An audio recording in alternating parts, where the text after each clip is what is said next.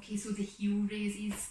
When we do this as part of the warm-up in class, we'll be doing it from standing, coming up onto the balls of the feet and back down. Standing up doing that is not available for everyone, so we can do this from a seated position. So you'll sit maybe a bit closer to the front of the chair, allowing yourself to have the tall spine, allowing the soles of the feet to be rested onto the floor, remembering to use any hard books or yoga blocks instead if your feet are not anywhere near the floor. And then from here, you're going to think about having that engagement, the drawing up and lifting onto the balls of the feet and slowly pressing back down.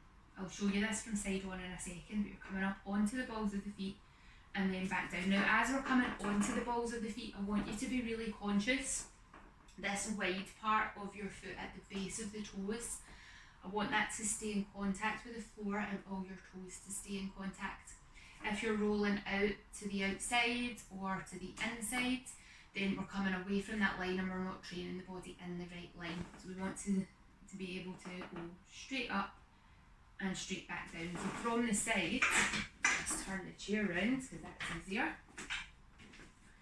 And keeping that tall posture, letting the feet settle in, and then the heels are lifting and then coming back down.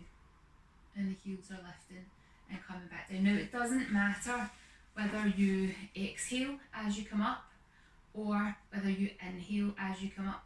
Everybody's going to be different of what feels more beneficial to them, but just try and have one part of the breath as you come up, next part of the breath as you come down, and that will start to build a sequence that works for you. Any questions about this? You can let me